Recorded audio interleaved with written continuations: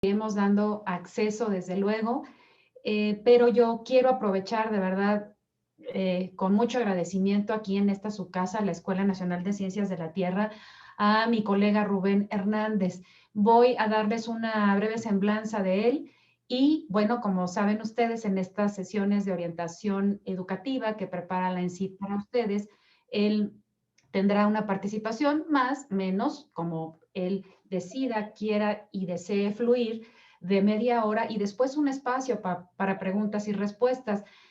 Creo que es un espacio muy importante ahora que estamos ya tan cercanos al Día Internacional de la Mujer, y aunque no fuese así, todo el año, todo el tiempo, y desde luego que ustedes de manera importante conozcan lo que hace esta coordinación de la UNAM de equidad de género. Y bueno, pues les comparto algo sobre Rubén, a quien recibo. Muchísimas gracias, Rubén, por estar con nosotros.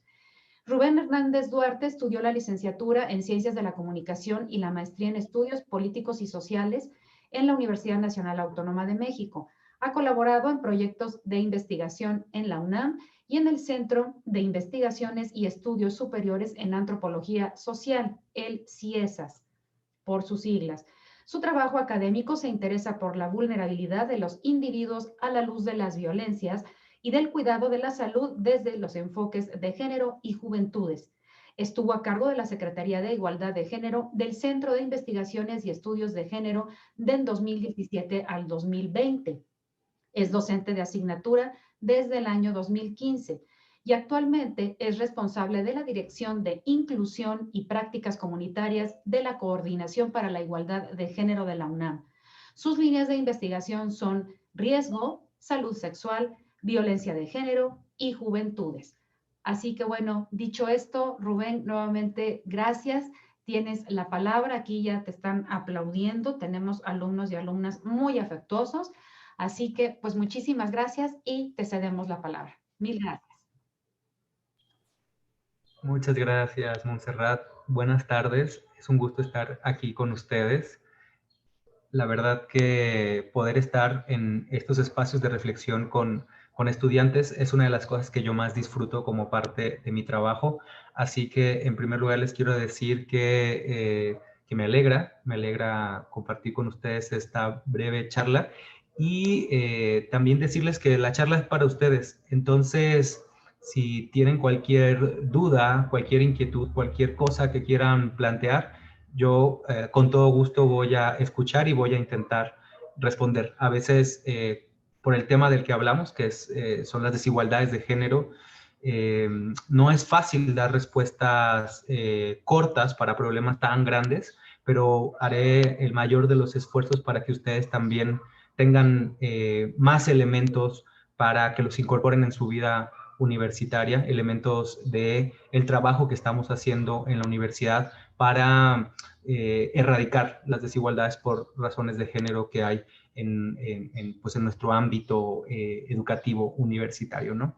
Yo quisiera partir de una primera reflexión con ustedes. Voy a compartir pantalla y voy a hacer una presentación, pero antes de proceder a eso, quisiera que ustedes me dijeran, si quieren con el micrófono o en el chat, lo que mejor les venga a ustedes. Cuando yo hablo de desigualdades de género, o cuando alguien habla de desigualdades de género en la universidad, más o menos ustedes, ¿a qué tipo de problemáticas pensarían, consideran que nos estaríamos refiriendo, ¿no? ¿Qué les viene a la mente? ¿Qué cosas les quedan como muy claras que son desigualdades de género universitarias? No sé si alguien quisiera compartir, como yo les decía, en el micro o en el chat. Solo para poner en común un poquito nuestras experiencias, ¿no? Y yo también. Podrían ser los tratos que se trata de diferente forma los profesores que les dan a mujeres o a hombres, ya sea para bien o para mal, pero dan tratos distintos. Muy bien, Mari. Sin duda, a eso le llamamos discriminación, ¿no? Que es un trato diferenciado, no justificado, con base en un componente de los individuos, que ahora puede ser el sexo, ¿no? O la identidad de género. Entonces, sí, la discriminación es un problema que además de estar en contra de la normatividad de derechos humanos, produce desigualdades estructurales muy grandes que se van acumulando con el trato sistemático desigual a las personas en función de componentes como el sexo. Así que muy bien, Mari. Y eso se ve claramente en el espacio educativo, ¿no? Como la situación de docencia y aprendizaje, ¿no? Así que muy bien, muchas gracias. ¿Alguien más quiere agregar alguna otra desigualdad que considere que es parte del orden de género en la universidad, de las desigualdades de género en la universidad?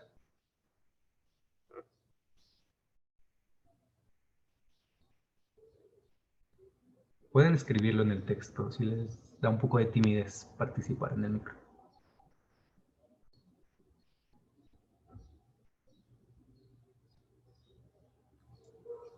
¿Puedo participar? Claro, con gusto. Pues luego en los profesores en las calificaciones, luego son de esos profes que si eres mujer te tratan diferente, ¿no? Que si eres un chico. Si eres un chico, o sea, sí te tratan así de, pues si me caíste bien o algo así. En cambio, si eres chica, así como de, me hablaste bonito o algo así. Hay profes que luego te encuentras que hacen como esa distinción de que, o sea, dependiendo cómo lo tratas o algo así, es como te va en la calificación. Y casi siempre es como las tratamos las chicas. Muy bien, Montserrat, muchas gracias. También te estás refiriendo, ¿no? Como decía Marí, a un tema de discriminación. Y acá quizás lo que tú también enfatizas es algo que conocemos como sexismo, ¿no?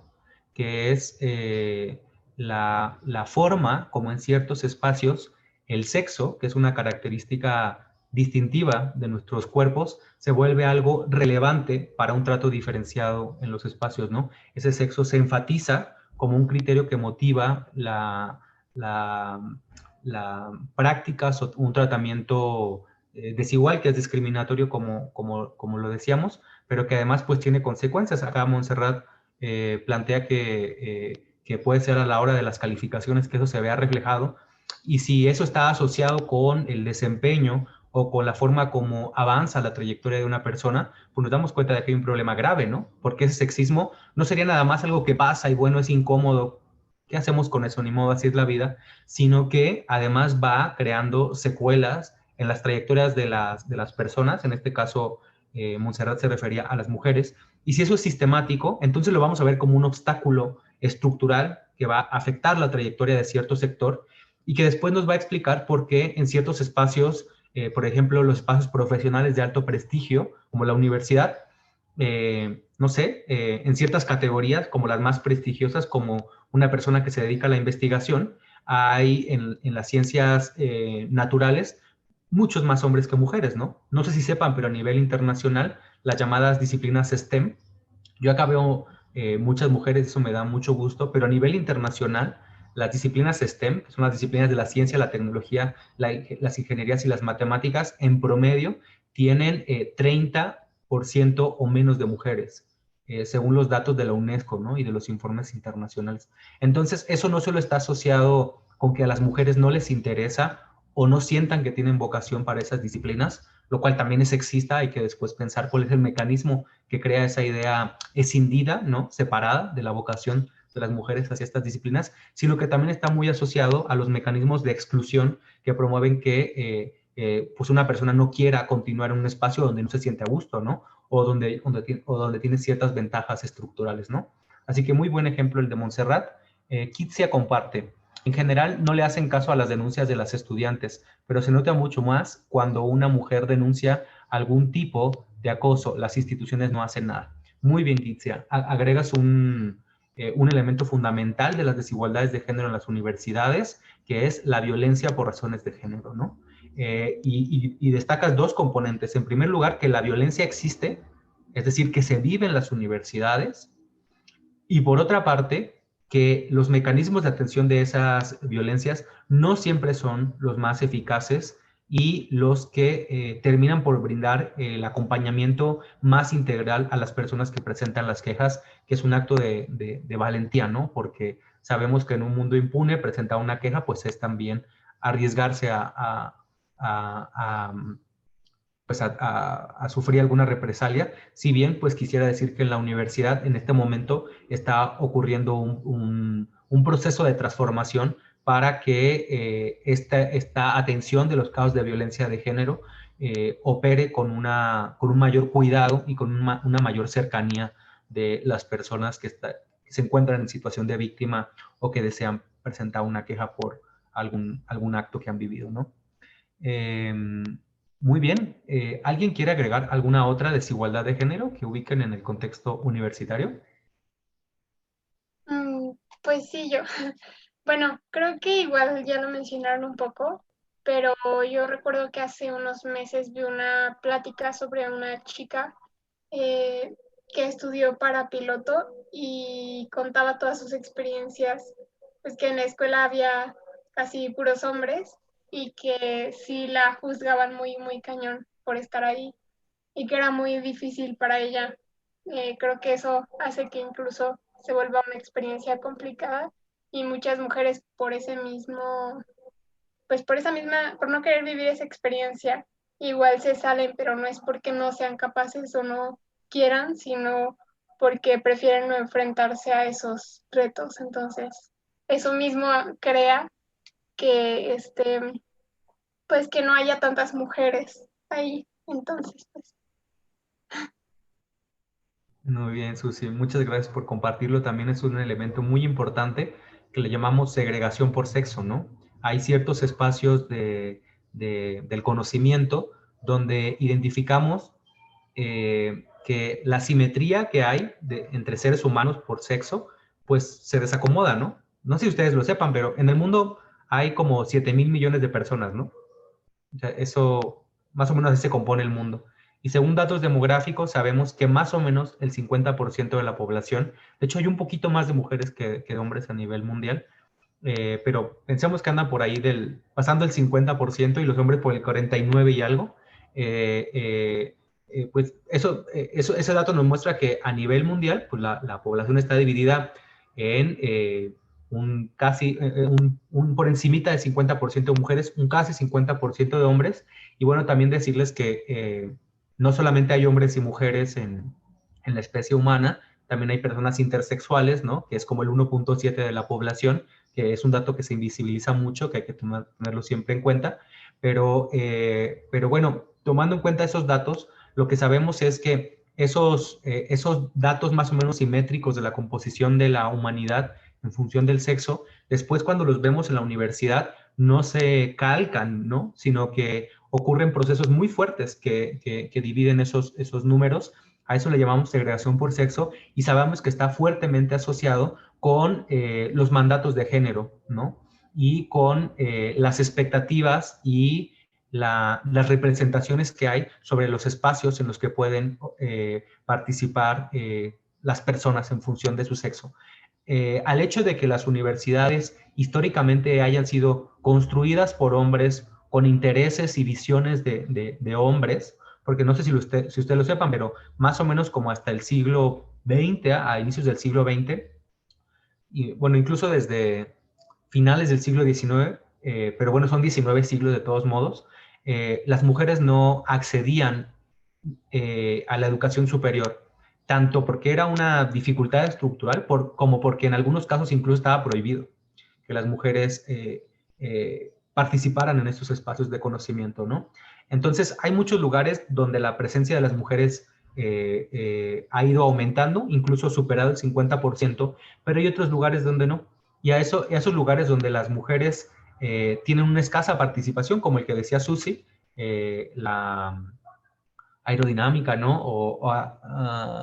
Mari hablaba de una amiga que dejó ingeniería petrolera, me imagino que por el mismo tema, se le llama androcentrismo, ¿no? Son espacios que no han llegado a conformarse de manera plural, de manera diversa, incorporando las visiones de mundo y las experiencias de diferentes sectores justo para enriquecerlos, ¿no? Sino que terminan concentrando la visión de solamente un bloque social y además naturalizando sus puntos de vista como los más válidos y como los objetivos, ¿no? De hecho, hay una epistemóloga feminista muy famosa que dice que en la ciencia generalmente se llama Sandra Harding, generalmente la objetividad científica o lo que llamamos la objetividad, es la subjetividad de los hombres, ¿no?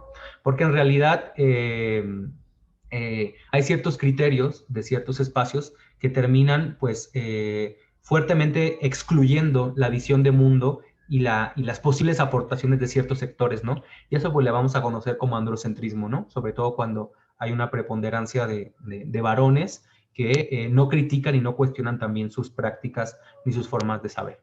Así que, pues bueno, les agradezco mucho sus participaciones, ayudan mucho a encuadrar la presentación. Ahora les voy a compartir la pantalla y les voy a hacer una brevísima exposición de qué es lo que está pasando en la UNAM en este momento, cuáles son las estructuras que tenemos para la igualdad de género en la universidad y a qué problemas nos estamos enfrentando en este momento de transformación histórica.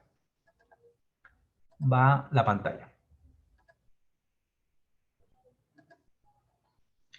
Entonces, miren, en primer lugar, ustedes hablaron de dos fenómenos principalmente, ¿no?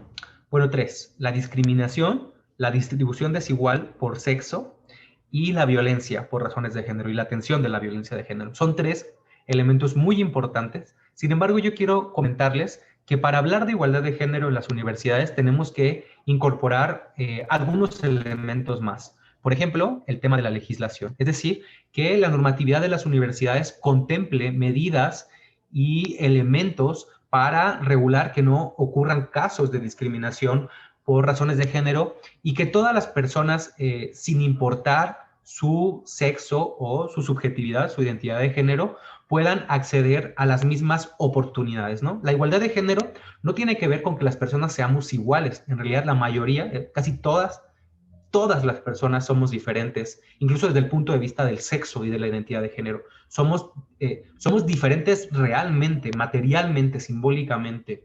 Sin embargo, lo que establece el principio de igualdad de género no es que seamos iguales como personas, sino iguales ante derecho, y que además la forma como accedemos a ciertos espacios o a ciertas posibilidades o a ciertas actividades, pues esté garantizado de forma igualitaria, ¿no? La igualdad de género es una igualdad de derechos y de oportunidades para llegar también a los mismos resultados, ¿no? Eso es lo que estamos planteando. Y si no tenemos una buena legislación, a veces es complicado crear avances contundentes. Tenemos otro tema, que es el tema de las estadísticas con perspectiva de género. Sin datos es difícil tomar decisiones. Tenemos el tema de la sensibilización. Si nuestras comunidades no son sensibles al entendimiento de las desigualdades de género, es difícil que se dispongan al cambio, ¿no? Y por eso tenemos que tener diferentes actividades educativas en esa materia. Tenemos el tema de la atención de la violencia de género, que ya ustedes lo han incorporado. El tema de la igualdad de oportunidades, que tiene que ver justo con lo que yo les comentaba, de procurar que haya, que estén diversificados los espacios, ¿no? Que no solamente haya un sexo en los diferentes espacios o una mayoría muy grande, ¿no? Que haya estudios de género, es decir, que empecemos a estudiar sistemáticamente las desigualdades de género para poder también crear apuestas de transformación.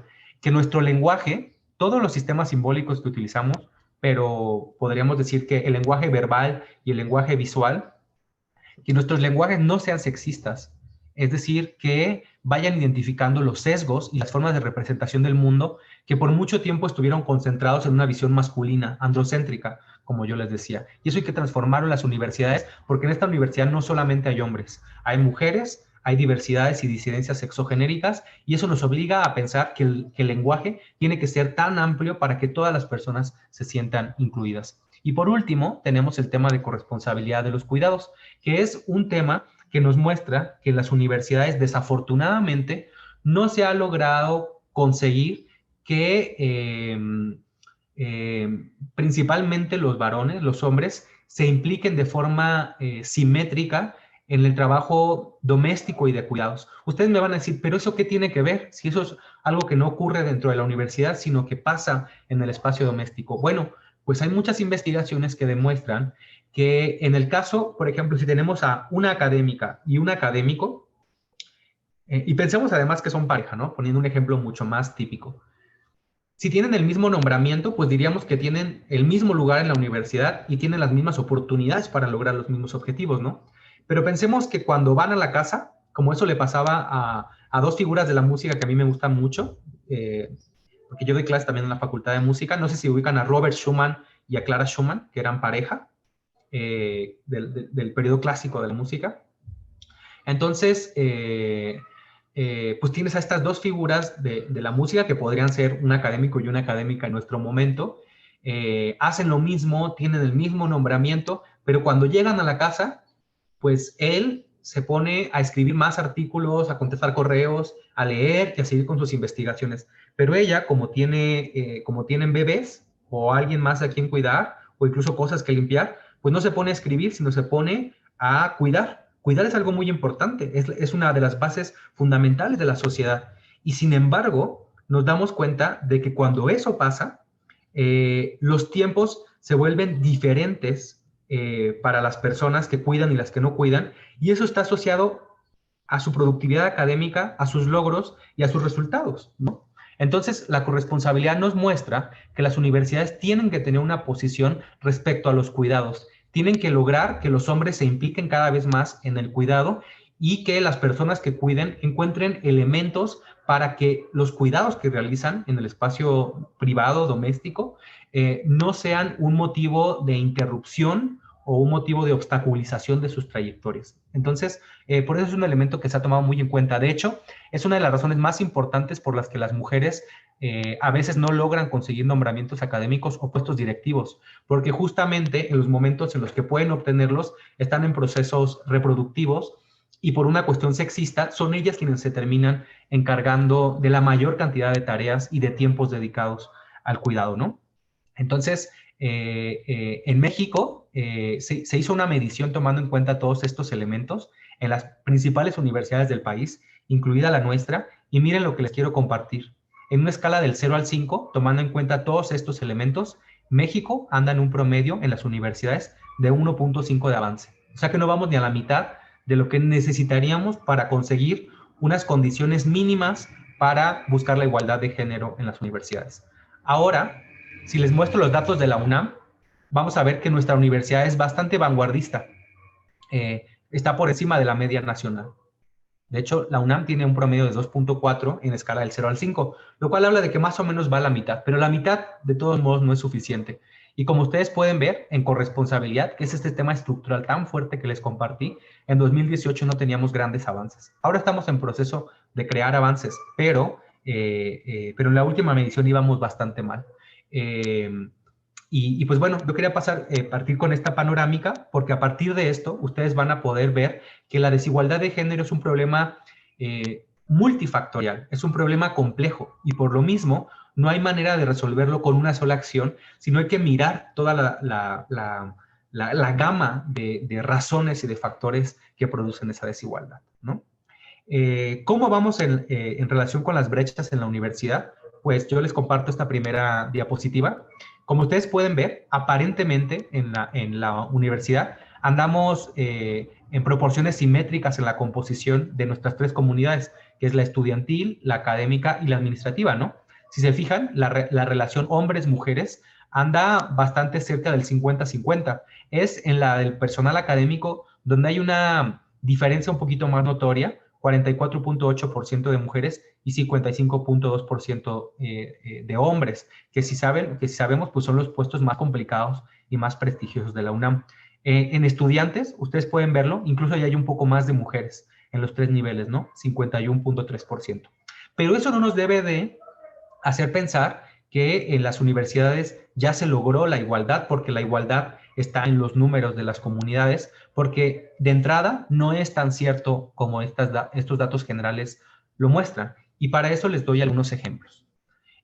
Si bien a nivel licenciatura hay casi 50-50 en la composición de la matrícula de estudiantes, cuando nos vamos a ciertas disciplinas, ustedes lo han mencionado, vamos a ver que esos datos se descomponen. Por ejemplo, en ingeniería mecánica eléctrica hay 90.9% de hombres y 9.1% de mujeres. En nutriología, que es el contracaso, tenemos 84.6% de mujeres y 15.4% de hombres. Y ustedes me dirán, ¿eso tiene que ver o no tiene que ver con una ordenación desde el punto de vista del género, del deber ser, de qué espera la sociedad de las mujeres, de los hombres, de las diversidades, en función de lo profesional, ¿no? De las vocaciones y de las expectativas profesionales, ¿no? Eso lo podemos conversar, pero pues los datos nos muestran que sí hay una correlación entre el sexo y la elección de carrera. Después tenemos el tema del personal académico. ¿Se acuerdan que había 55.2% de académicos hombres en la composición del personal? Pues vamos a ver que cuando diferenciamos los nombramientos más prestigiosos, como el de investigador, aquí tenemos, o investigadora, tenemos 62.7% de hombres. O sea, sube mucho la brecha y baja la proporción de mujeres a 37.3%.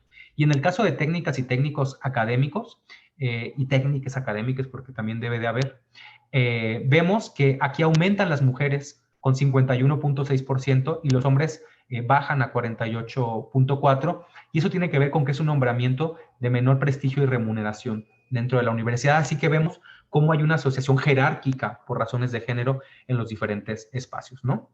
Esto es una cifra sobre cómo han ido cerrándose las brechas, pero yo enfatizando que no, que las brechas generales o las simetrías generales, la composición general de los sectores universitarios por sexo no debe de hacernos ocultar estos componentes internos de las desigualdades que solamente rascándole a los datos vamos a encontrar. Y por eso hacemos la pregunta, ¿el equilibrio en la matrícula es suficiente? ¿El equilibrio en las contrataciones es suficiente? No, porque hay que reconocer que una cosa es la igualdad formal, es decir, buscar que los espacios sean simétricos, que haya pluralidad en su conformación, pero otra muy distinta es qué pasa en esas comunidades. Ustedes pueden ser 50-50 en su facultad o en un salón, pero eso no significa que eso va a conducir inmediatamente a un trato igualitario, ¿no? Como ustedes lo han referido. Por eso tenemos que hablar de que la igualdad formal siempre tiene que ir acompañada también, o la igualdad en los números, tiene que ir acompañada de la igualdad sustantiva, que es el ejercicio efectivo de los derechos. Y por eso, desde hace algunos años, hemos incorporado lo que llamamos la perspectiva de género en la universidad. La perspectiva de género es una herramienta que busca que de forma sistemática se respeten los derechos a la igualdad de género de las comunidades y que además cada vez haya más mecanismos que creen esta integralidad de las políticas y de las acciones que tenemos para justamente defender estos derechos. Recordemos que la igualdad de género es ante todo un derecho, es un derecho humano y por lo tanto no es negociable, no es transferible, no es sustituible y tiene que ser cada vez más progresivo. Eso es uno de los principios de los derechos humanos. Los derechos humanos son progresivos, siempre tienen que crecer y aumentar, ¿no? En la UNAM, ¿qué tenemos? Bueno, pues desde hace muchos años, pues ya casi van a ser 30 años, empezó a haber esfuerzos importantes que llamamos institucionales para que la igualdad de género fuera algo universitario, algo que pasa en la universidad. En el 92 nació el Programa Universitario de Estudios de Género, que ahora en 2016 se convirtió en Centro de Investigaciones y Estudios de Género. No sé si ustedes lo conocen, pero es una de las estructuras como la facultad, como la Escuela de Ciencias de la Tierra, es una de las estructuras académicas de la universidad. Después, en 2004, nace un proyecto para institucionalizar y transversalizar la perspectiva de género en la UNAM, es decir, buscar que llegara a todos los espacios. En el 2005, por primera vez, no sé si ustedes lo sepan, pero la universidad tiene un documento, que es el Estatuto General de la UNAM. En el 2005, lo que se logró con esta reforma al estatuto es que se incorporó algo muy básico, y es que en la UNAM no se puede discriminar por razones de género y que las mujeres y los hombres, y bueno, también buscamos que las diversidades, gozarán de los mismos derechos para todos los procesos que ocurran dentro de la universidad. Fíjense hasta qué año se logró que la igualdad de género se reconociera como un principio en el máximo documento normativo. Después, en 2010, se creó la Comisión Especial de Equidad de Género, que hoy se llama Comisión Especial de Igualdad de Género. ¿Ustedes han escuchado hablar del Consejo Universitario? Pues el Consejo Universitario es el máximo órgano de gobierno de la universidad, participativo, y dentro de esa comisión, de ese Consejo Universitario, que es el más grande y más importante de la universidad, hay diferentes comisiones y una de ellas tiene que ver con la igualdad de género y es muy importante que exista. Después, en 2013, la universidad creó unos lineamientos generales para la igualdad de género. Es decir, que la universidad, la UNAM, cuenta con una serie de disposiciones para que se garantice la igualdad de género en la universidad y que todas las áreas, todas las estructuras de la universidad tenemos que apropiarnos e incorporarlas en nuestras prácticas cotidianas. En 2016 también se creó el Protocolo para la Atención de Casos de Violencia de Género, que después se modificó en 2019 como resultado de pues, muchas críticas y muchas exigencias de transformación por parte específicamente del sector de las mujeres organizadas y de grupos solidarios con esta causa, ¿no?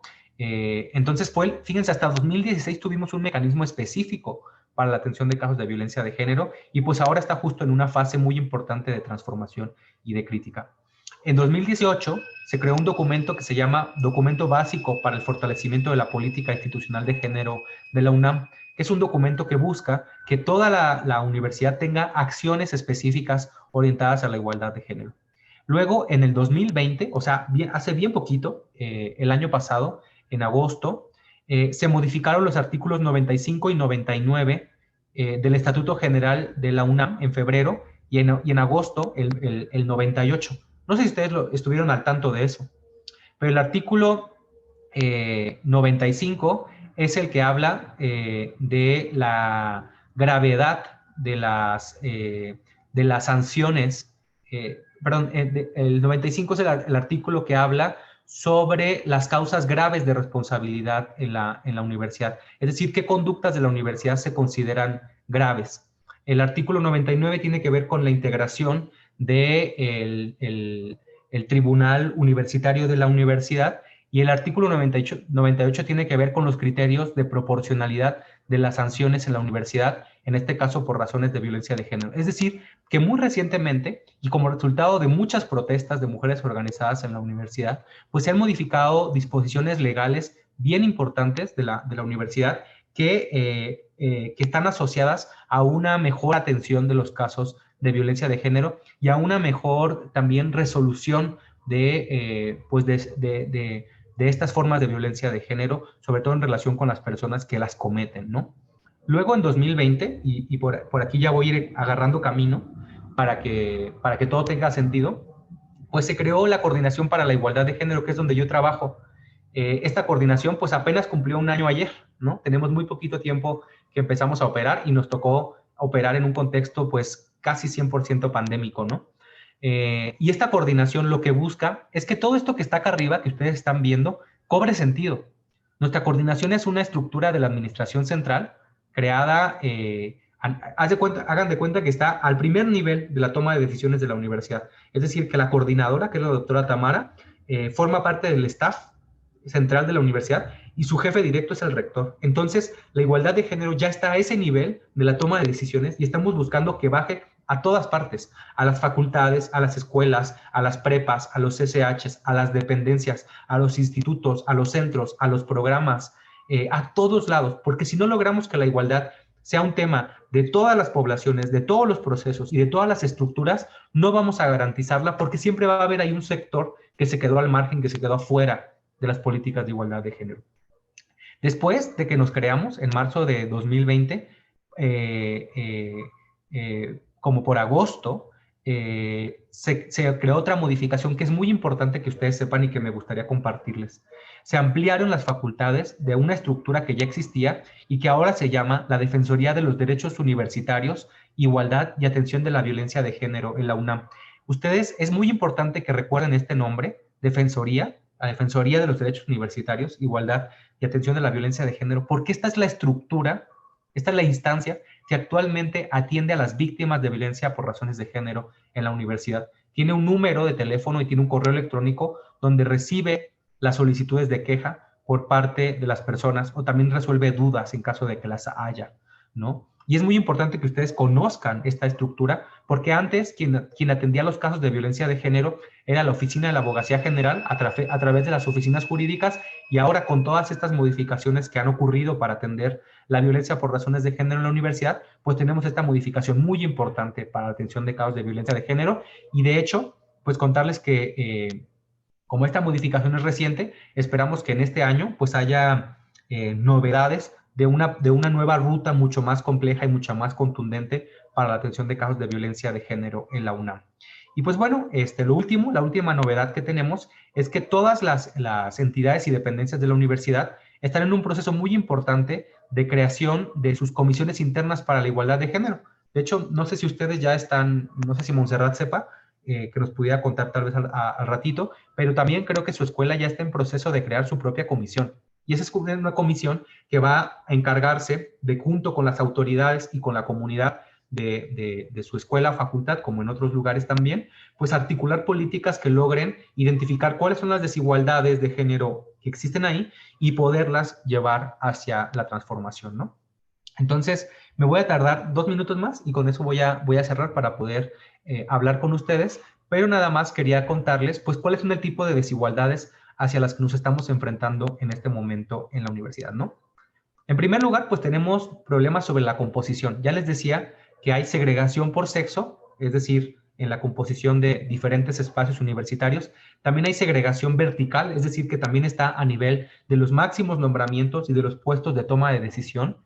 También hay segregación en cuerpos colegiados. Hay, por ejemplo, consejos académicos, comités seleccionadores, comités evaluadores donde no hay paridad y por eso lo estamos tomando en cuenta. Hay una invisibilidad de las sexualidades no normativas, es decir, que no solamente hay pocas mujeres en ciertos espacios, sino que también las diversidades y las disidencias sexogenéricas, es decir, las sexualidades que no cumplen con los mandatos de género desde el punto de vista de la sexualidad, pues también están subrepresentadas en la universidad y tenemos que integrar a todos los sectores para tener una política integral. Y pues también sabemos que nuestras comunidades están en un momento de mucho conflicto y de degradación del tejido comunitario, ¿no? Solamente entre 2019 y 2020 registramos 32 pliegos petitorios que se hicieron llegar a diferentes entidades académicas como parte del malestar de grupos organizados en relación con desigualdades de género. El segundo problema que tenemos tiene que ver con los mecanismos internos que reproducen desigualdades de género. Y sobre esto sabemos que en muchos lugares no hay perspectiva de género en la educación formal y no formal. Es decir, que alguien viene a la universidad y se va de la universidad y nunca conoció la perspectiva de género. Y es muy importante que por eso se incorpore de forma curricular y no curricular la perspectiva de género. También hay sesgos de género en la producción de conocimiento y en la toma de decisiones. Hay disciplinas que ni siquiera se preguntan si el género, el orden de género, es una variable importante para explicar sus problemas y después termina ocurriendo que sí, ¿no? Termina ocurriendo que sí es muy importante.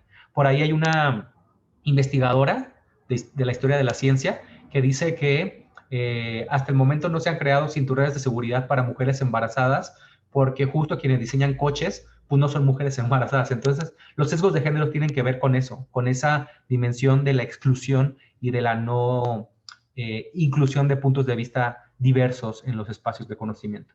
Hay discriminación y violencia por razones de género en las comunidades, ya lo hemos notado, y también hay representaciones y usos del lenguaje que son sexistas, ¿no? En la UNAM, no sé si ustedes lo sepan, pero el 50% de las alumnas de la UNAM reportan haber vivido algún tipo de violencia de género. El 35% de las académicas señalan lo mismo y el 39% de las académicas. Es decir, que estamos en un problema muy grande porque yo leo este 50% de las alumnas que han vivido violencia por razones de género como un volado. Es decir, que cuando tú vas a la universidad tienes la mitad de posibilidades de que te pase una violencia por razones de género. Y solo déjenme acotar que esto no es un problema de la UNAM, es un problema de las instituciones de saber a nivel internacional. Esto pasa en Harvard, esto pasa en Cambridge, esto pasa en Oxford, en Massachusetts, en todos los lugares, en los más importantes que ustedes piensen. Y si no me creen, busquen y vean un documental muy bueno que les recomiendo ampliamente, que se llama The Hunting Ground, para que vean cómo hay violaciones sexuales en los campus más importantes de educación superior de Estados Unidos.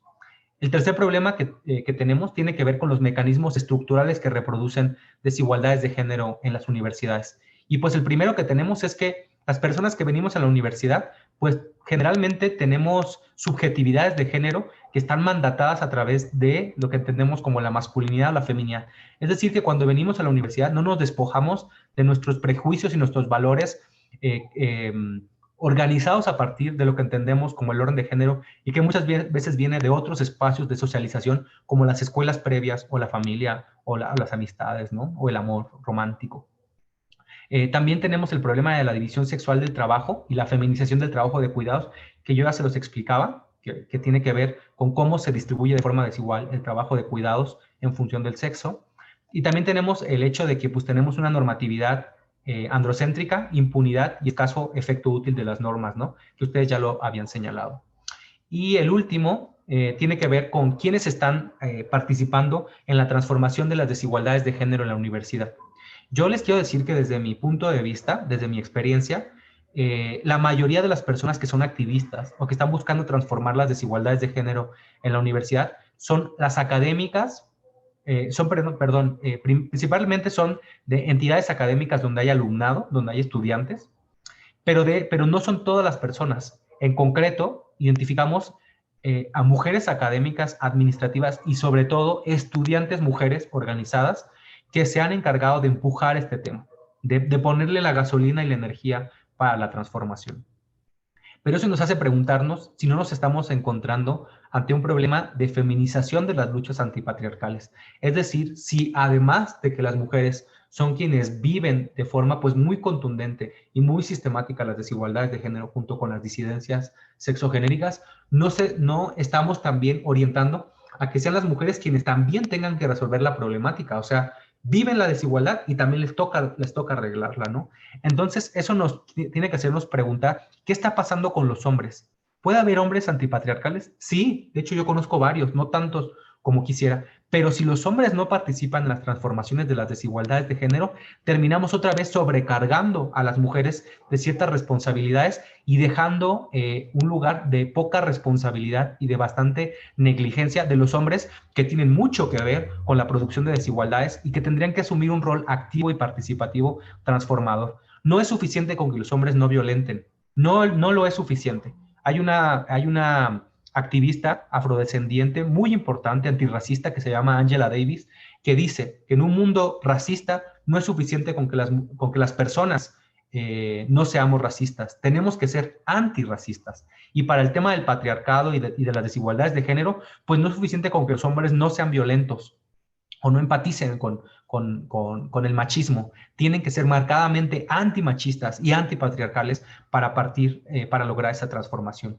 Tenemos que incluir también a las sexualidades no normativas, yo ya les decía, a las disidencias y a las diversidades. A nivel de la población estudiantil sabemos que cerca del 10% de las personas no se identifican como heterosexuales, así que tenemos que seguir avanzando por una integración plural y colectiva de todos estos puntos, de todo este tipo de sujetos que habitamos la universidad. Y por último, pues tenemos que lograr que eso articule también diálogos intergeneracionales entre estudiantes y personal académico, entre mujeres y entre hombres y diversidades y todos los sectores, porque si no le entramos todas las personas a la erradicación de la desigualdad de género, pues la verdad es que el trabajo está mucho más complicado y mucho más tardado de lo que ya ha sido a lo largo de todas estas décadas. Y pues con esto yo termino mi intervención. Les doy mucho las gracias por la escucha y quedo al pendiente de todo lo que podamos dialogar. Muchas gracias.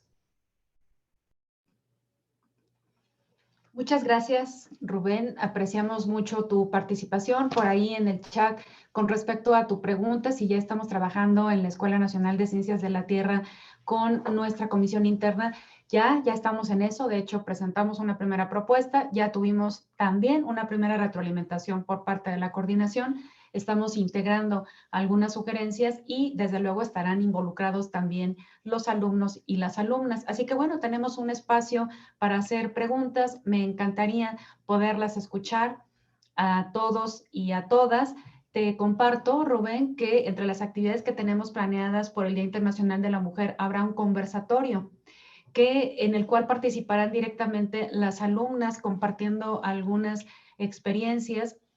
A la luz de la pandemia, quiero decirte, tú preguntabas si conocían qué era el Consejo Universitario y algunos otros asuntos o puntos sobre la universidad. Nuestra generación es la primera de la Escuela Nacional de Ciencias de la Tierra, entonces nuestros alumnos y alumnas son de la licenciatura en Geografía Aplicada y de la licenciatura en Ciencias de la Tierra y ahora cursan el segundo semestre. Entonces se estarán empapando poco a poco y qué bueno que así sea de las alternativas y estos proyectos de envergadura institucionales con los que cuenta la UNAM.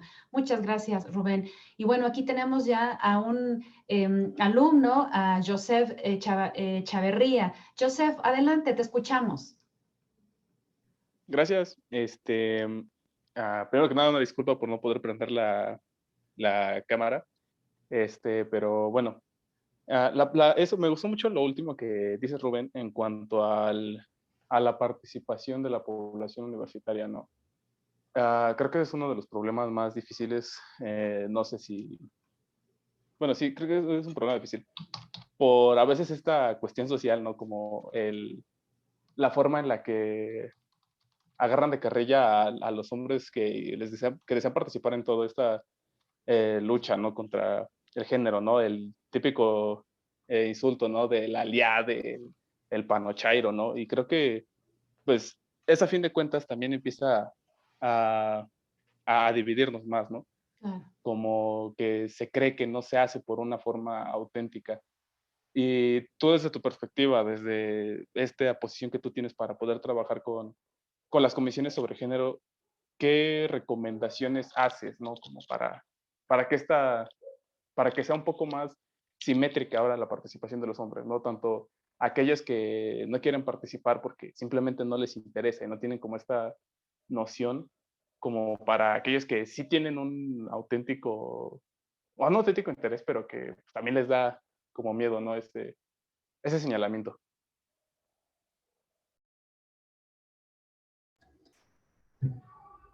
Montserrat, ¿prefieres que responda ahora o se juntan varias preguntas? Mira, perdón, quisiera, si puedes responder esta. Está acompañándonos el doctor José Luis Palacio, titular de la Escuela Nacional de Ciencias de la Tierra, y también quiere preguntar algo.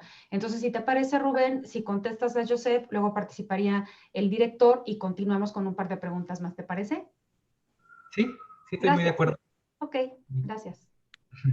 Y Joseph, la verdad que me parece maravillosa tu pregunta, sobre todo porque ese es el espíritu proactivo que estamos buscando cultivar y lograr que se socialice entre nuestros colegas hombres de la universidad. Yo te diría dos cosas. En primero, que todas las desigualdades de género son relacionales. ¿Qué significa que las desigualdades de género son relacionales? Pues que se producen en un sector y esas desigualdades que se producen en un sector no afectan de forma idéntica a todas las personas, sino de forma diferenciada. Muchas veces incluso provienen de un sector y afectan a otro sector. Entonces, por ejemplo, cuando hablamos de la violencia por razones de género, hay una frase muy famosa de un investigador español que dice que la violencia de género es un problema de los hombres que afecta a las mujeres, y yo creería, y a las disidencias sexogenéricas, ¿no? Entonces, por eso, cuando nos damos cuenta que las desigualdades de género no son un problema de las mujeres, las desigualdades de género son un problema de la humanidad y que muchas veces tiene origen en las formas subjetivas y en las prácticas de los hombres. También tiene origen en muchas prácticas de las mujeres y de las disidencias, porque la desigualdad le entramos todas las personas. Lo que puede cambiar esa producción de desigualdades es que las personas comencemos a tener una posición crítica.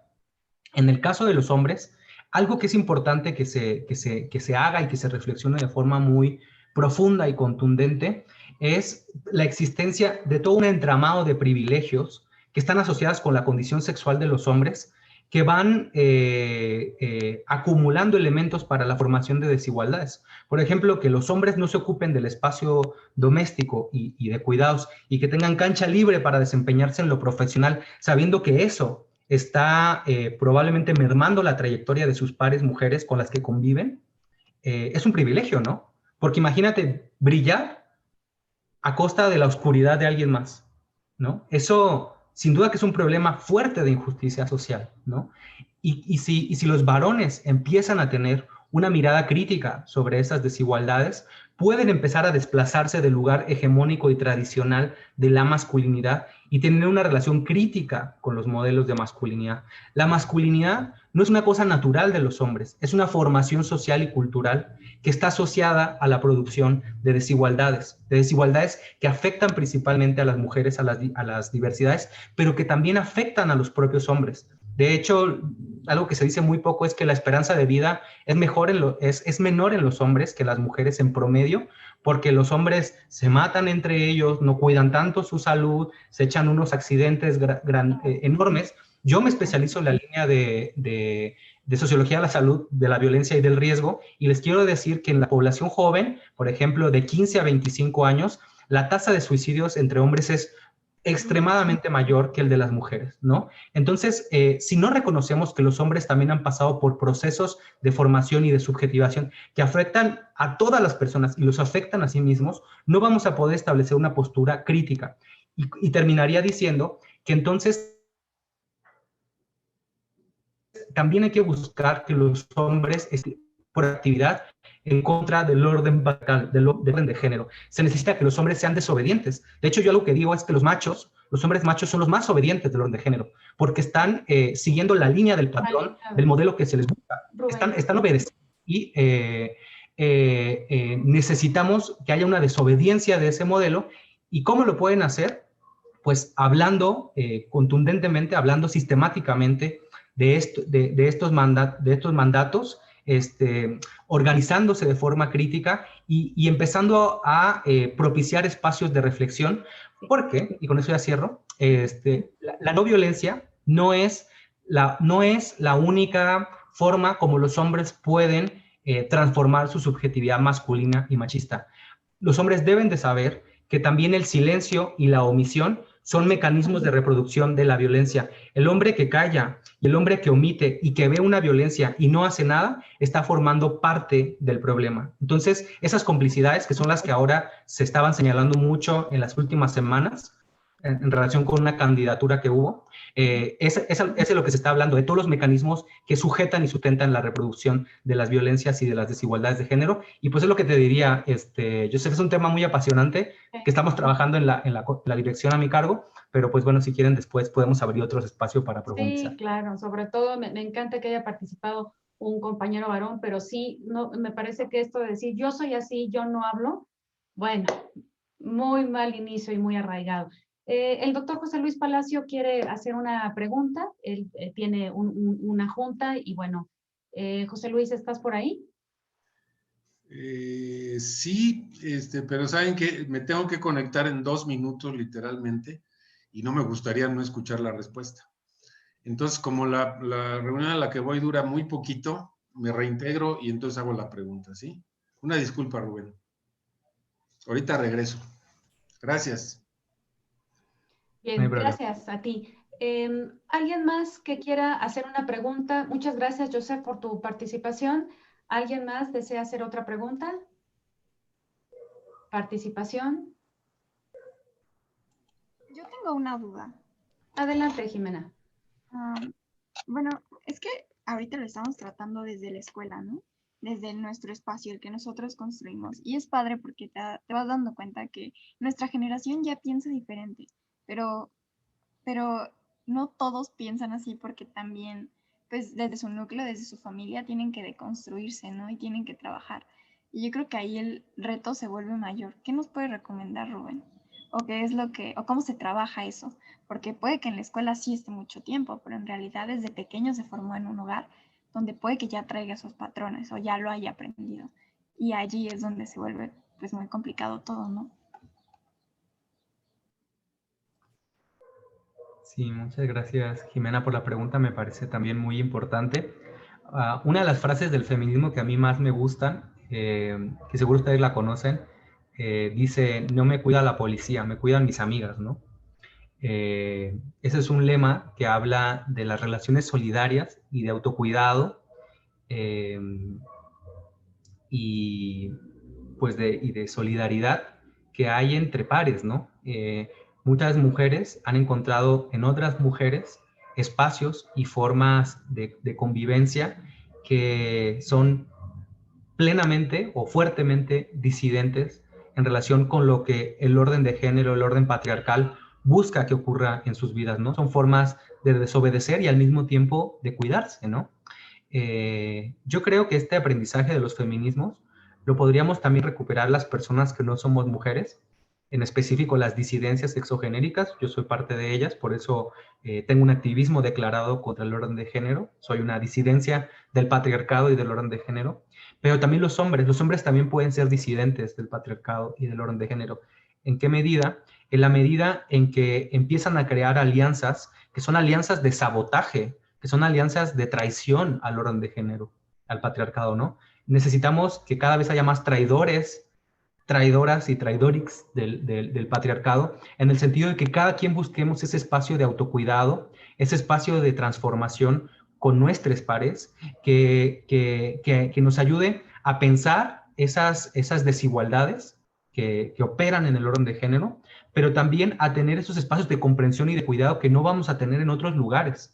Yo creo que no todas las familias son iguales. De hecho, hay familias homoparentales, lesbomaternales, unimaternales, unipaternales. La verdad es que es un mito también el de la familia en México. Hay muchos tipos de composición de las unidades domésticas en nuestro país, y si no me creen, revisen los datos del último censo que acaba de salir. Pero sí, sin duda que hay un fuerte patrón de ciertos sectores llamados familias donde no hay comprensión, no hay empatía con los temas de la desigualdad de género, porque algo que yo no dije, porque sería motivo de otra charla, es que el orden de género tiene un compromiso muy fuerte con lo que entendemos como el universo reproductivo. El hecho de que se enfatice tanto que los hombres tengan que ser de una manera y las mujeres tengan que ser de otra manera, y no haya más que hombres y mujeres, tiene que ver con una premisa reproductivista de que el deber ser de las personas es reproducirnos, es ser mujeres y ser hombres en función de una idea de reproducción biológica. Y parece ser que si las personas no seguimos los mandatos de nuestro sexo, entonces la sociedad va a terminar por inhibir la reproducción biológica, y en una especie como de apocalipsis muy tremendo se acabaría la humanidad. Ustedes vean el censo, somos ya más de 120 millones de personas en México. Yo no veo que eso esté pasando, nos seguimos reproduciendo, no bajamos el crecimiento poblacional. Entonces no hay manera de decir que crear modelos alternativos, personas que decidan libremente si quieren maternar o no, o reproducirse o no, o tener ciertos modelos de configuración erótica afectiva. Yo creo que eso no atenta contra la reproducción de la sociedad, por lo menos a corto plazo. Y en determinado momento, si está aparejado de una propuesta ética y política, pues nos puede llevar a una conformación de sociedad donde no se viole sistemáticamente los derechos humanos de las personas. Creo que el problema más importante de la sociedad no es qué tanto nacen personas y qué tanto continuamos con la reproducción biológica del mundo, sino cuál es la calidad de vida y las condiciones de respeto a los derechos humanos y de igualdad que va a haber para quienes ya nacieron, ¿no? Para quienes ya nacimos, ¿no? Y pues bueno, entonces yo nada más quiero cerrar esta intervención sobre esta pregunta tan compleja que hace Jimena, que es, pues cada quien, la verdad que tiene que encontrar como su estrategia, pero si en la familia no hay una forma de comprensión, no hay una forma de cuidado y no hay empatía respecto a nuestras propias revoluciones sexuales y del orden de género, pues siempre puede haber una amistad solidaria, una amistad hermosa, muy bonita, que puede estar entre ustedes que están aquí, o con otro tipo de amistad o con otro tipo de vínculo.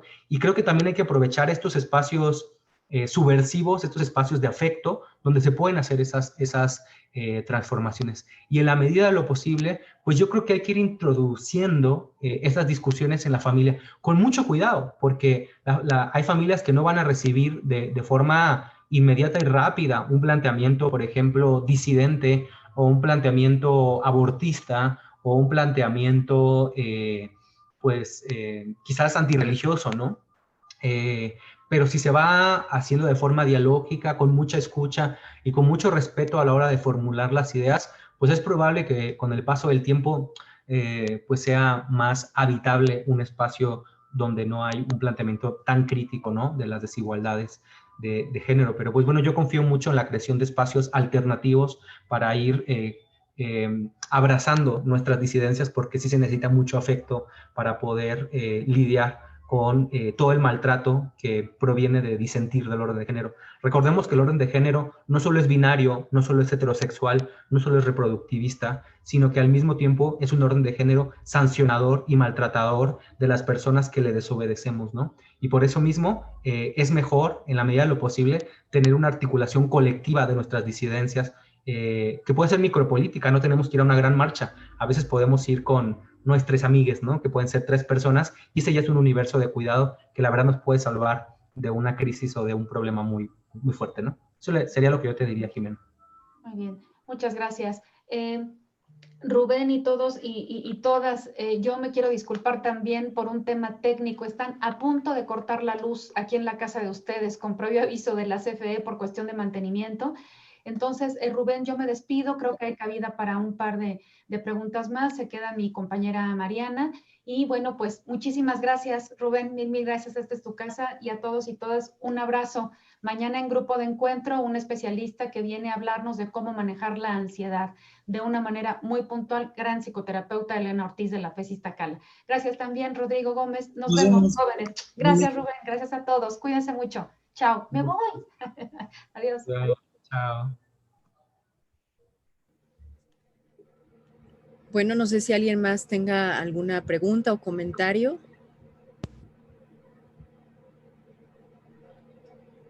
No faltaba el doctor, ¿verdad? Sí, pero ahorita está en otra reunión. Dolores. Hola, muy buenas tardes. En primer lugar, darte mucho las gracias por esta presentación tan concisa y tan rica. Yo la estaba pidiendo, si es posible. También porque es un montón de lenguaje nuevo en según qué temas que no manejamos y que, bueno, yo estaría interesada en aprender, pero yo te quería preguntar si podrías platicar un poco más sobre las diversidades sexuales o de género, digo, la relación entre hombres y mujeres o los elementos que los participantes han platicado, ¿no? Son, además de violencia de género, de abuso de poder. Pero después, entre iguales, el tema de la diversidad sexual o de la preferencia sexual, por ser minoritaria, ¿no? Uno que cree que hace bien las cosas, de pronto no las está haciendo tan bien para lo que es diferente, ¿no? Y yo quería que nos pudieras hablar un poco más de estas diversidades. Sí, María Dolores, con mucho gusto. En primer lugar, acabo de compartir la presentación en el chat para quien la quiera tener y consultar, con todo gusto, es para ustedes. Y bueno, también muchas gracias por la pregunta sobre las disidencias o diversidades sexogenéricas. Para mí es muy importante que siempre que hablamos de orden de género, no pensemos en clave binaria la desigualdad, o sea, pensando que la desigualdad es un problema que se produce entre mujeres y hombres, y ese es el universo restrictivo de las desigualdades de género. Esto tiene que ver con un tipo de posicionamiento antipatriarcal que yo tengo, que no necesariamente coincide con ciertas alas de ciertos feminismos, como el feminismo materialista o el feminismo radical, el cual yo respeto mucho, y pues dentro de nuestras diferencias pues compartimos la discusión, ¿no? Principalmente yo me baso en una teórica antropóloga que se llama Gayle Rubin, que ella hace un análisis muy fuerte sobre el orden de género. Y ella lo que dice es que el orden de género es un productor de desigualdad social que está asociado a cómo se mandata el deber ser de las mujeres y de los hombres, pero ese mandato tiene que ser leído no solamente como un mandato binario, es decir, a cada sexo le corresponde algo en el sistema de reproducción social, sino que además exige del modelo que esas personas sean heterosexuales. Ella lo que dice es que la antropología ha estudiado mucho, sobre todo Lévi-Strauss, que es uno de los antropólogos más famosos, el llamado tabú del incesto, que habla de que las sociedades comienzan a reproducirse en la medida en que no hay una vinculación sexual entre las unidades primarias de las familias, ¿no? Por ejemplo, la mamá con el hijo o el papá con la hija no se pueden vincular sexualmente para la reproducción, entonces comienzan a vincularse a través de otros grupos, ¿no? Eso es el llamado intercambio de mujeres, ¿no? Así es como, esa es una de las claves de la organización social de las sociedades, digamos, preindustriales, ¿no?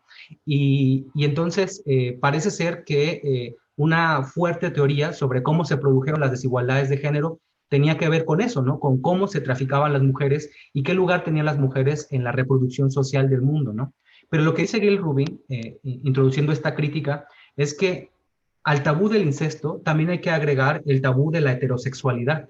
Y es decir, que la sociedad, además de que presupone que las mujeres y los hombres se tienen que ocupar de cierta dimensión de la reproducción social, también tienen que ser heterosexuales y emparejarse entre sí, lo cual es poco correspondiente con lo que en los hechos las personas vivimos y sentimos, ¿no? Las sociedades, hay muchos tipos de sociedades donde no ha habido modelos binarios, donde ha habido incluso otro entendimiento de la expresión de género de las personas, y también en las sociedades contemporáneas modernas sabemos que hay muchas personas que no nos identificamos como hombres o como mujeres, o no tenemos prácticas asociadas al mandato heterosexual, ¿no? de la sexualidad, ¿no? Del orden de género. Y entonces, pues esto nos hace pensar que en realidad, pues el orden de género no solo vulnera a las mujeres en tanto categoría sexual, en tanto un tipo de sujeto, que son, como yo les decía, más o menos la mitad del mundo, sino que también vulnera a las personas que no se alinean al mandato de la reproducción biológica, es decir, que tienen prácticas disidentes que no están orientadas a reproducirse o que no tienen como fin principal la reproducción biológica.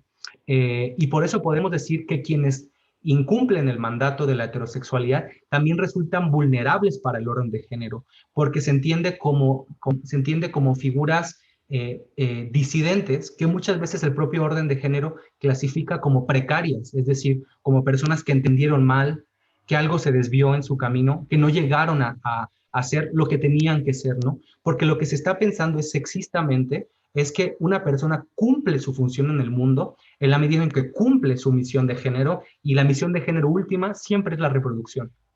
No sé si se fijan incluso en los debates de las agendas políticas a nivel internacional, si se fijan, lo que más debaten los grupos conservadores de las agendas progresistas de igualdad de género es el aborto y los derechos de las sexualidades disidentes, ¿no? La adopción, el matrimonio igualitario, ¿no? Esos son los derechos humanos de las agendas de la igualdad que más son atacados y puestos en discusión por los sectores conservadores y antiderechos, porque desde su punto de vista contra lo que atentan es contra la idea de reproducción social, y la reproducción social no es otra que la reproducción biológica de cuerpos binarios, de mujeres y hombres que heterosexualmente se vinculan para producir el mundo. Y cierro diciendo que pues hay otro texto que les recomiendo mucho leer, que es un texto clásico de Adrienne Rich, que se llama La heterosexualidad obligatoria, donde ella hace un planteamiento muy importante en el que dice que en realidad la heterosexualidad obligatoria es el modelo del orden de género que concatena la violencia que viven las mujeres con la violencia que vivimos las personas disidentes, en el sentido de que también es la base sobre la cual el orden de género capta a muchas mujeres a partir de las figuras románticas del emparejamiento, y es ese núcleo, cuando no es crítico, cuando no es ético, cuando no está politizado desde un punto de vista de la igualdad, donde muchas mujeres viven violencia. Es en la pareja donde muchas mujeres viven violencia y desigualdad, ¿no? Es en la figura de la madre esposa, como dice Marcela Lagarde, o en todas estas figuras reproductivistas de la mujer, donde se crean condiciones para múltiples violencias. Incluso, por ejemplo, en México, hasta finales del siglo XX, se reguló la violación conyugal como un delito, porque históricamente se había pensado que la sexualidad de las mujeres respecto a sus parejas hombres, cuando están inscritas en vínculos matrimoniales, es obligatoria. No hay lugar para el consentimiento, no hay lugar para la negociación de otras formas de sexualidad, incluso a veces no hay lugar para el derecho libre a decidir la maternidad o no. Y decir esto, pues nos hace pensar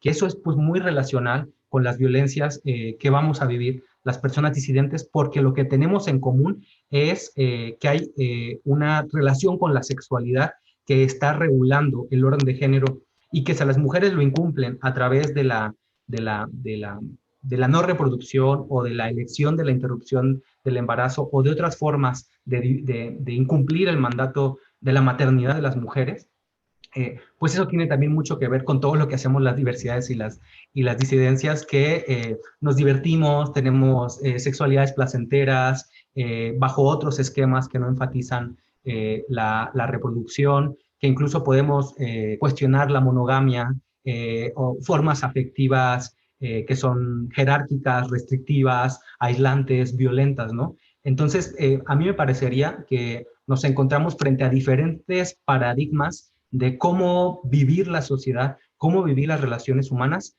y desde mi punto de vista, pues nos encontramos también frente a diferentes proyectos civilizatorios, ¿no? Un proyecto civilizatorio basado en la unidad de la familia y en la reproducción biológica, frente a otro proyecto civilizatorio que tiene que ver con el reconocimiento y la vinculación ética con las personas, partiendo del supuesto de que si hay amor, hay cuidado y hay acuerdo, pues puede haber más de una forma de vincularnos, ¿no? Y creo que pues por ahí está como el gran debate, y por eso no nos vamos a poner de acuerdo pronto, pero sin duda que con que logremos tener una base de respeto a los derechos humanos, que no se nos asesine, que no se nos omita derechos, y que pues haya una posible convivencia armónica, pues por ahí ya vamos a tener un primer avance, pero la verdad es que en los hechos eso no está pasando, porque en nuestro país asesinan 9 mujeres al día por razones de género, y México es uno de los países donde hay más crímenes de odio, ¿no? Hacia diversidades y disidencias. Así que pues sí estamos en un escenario que está lejos, desde mi punto de vista, de ser victorioso o celebratorio. Hay muchas cosas todavía por transformar.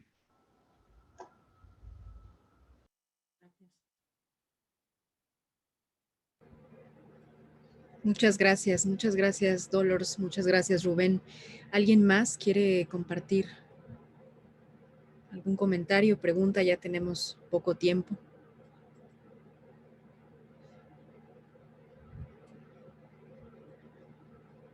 ¿No?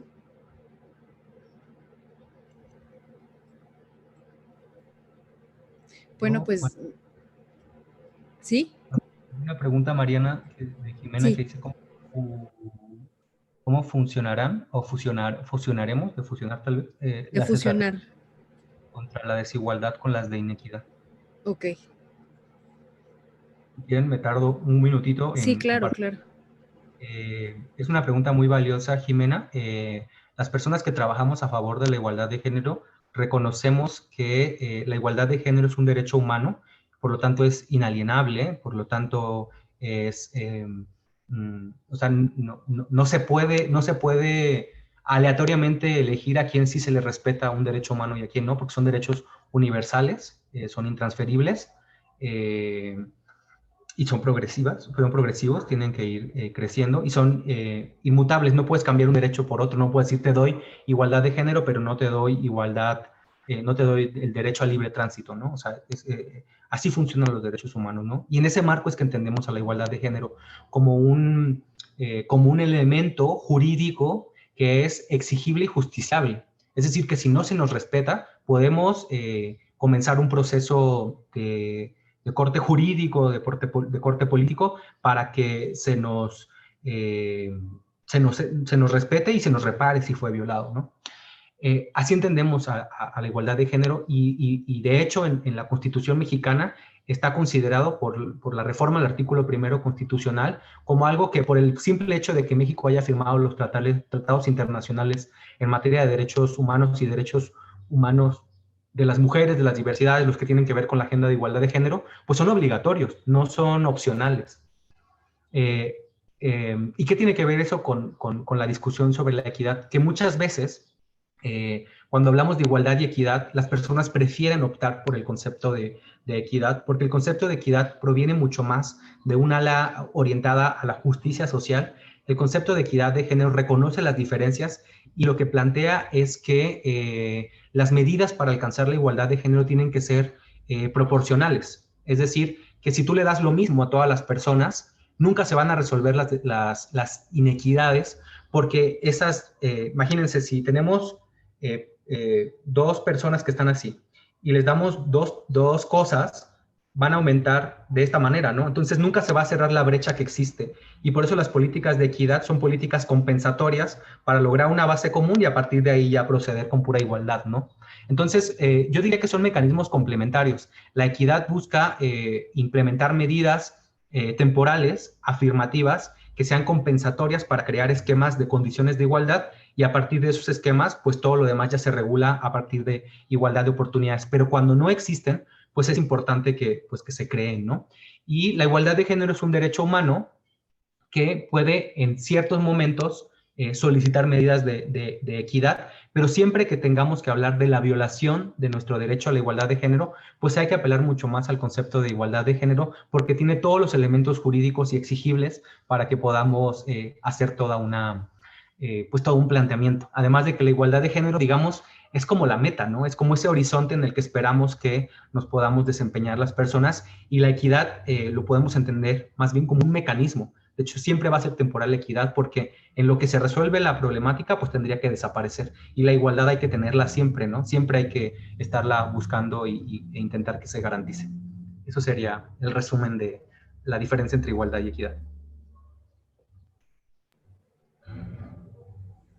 Muchas gracias.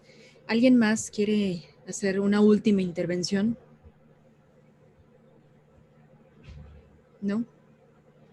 Bueno, pues no me resta más que agradecerte muchísimo, Rubén. Ha sido una sesión muy enriquecedora y que nos da pauta para seguir construyendo en este largo camino, ¿no?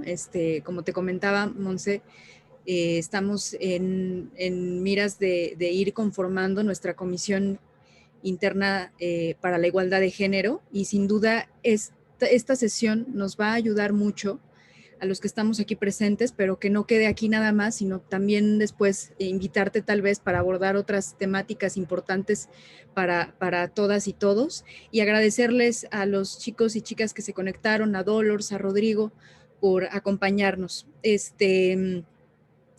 Invitarlos a las siguientes sesiones de orientación educativa que seguramente van a seguir siendo en este tenor. Sí, seguro vamos a invitar a Rubén en otras ocasiones.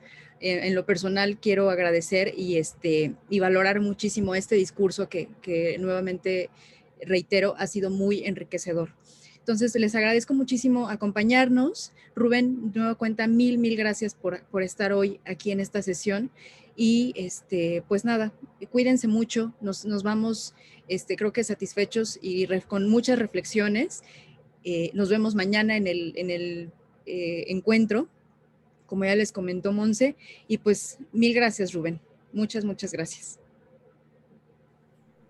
Muchas gracias. Muy bien. Cuídense mucho. Gracias, hasta luego. Muchas gracias. Hasta luego.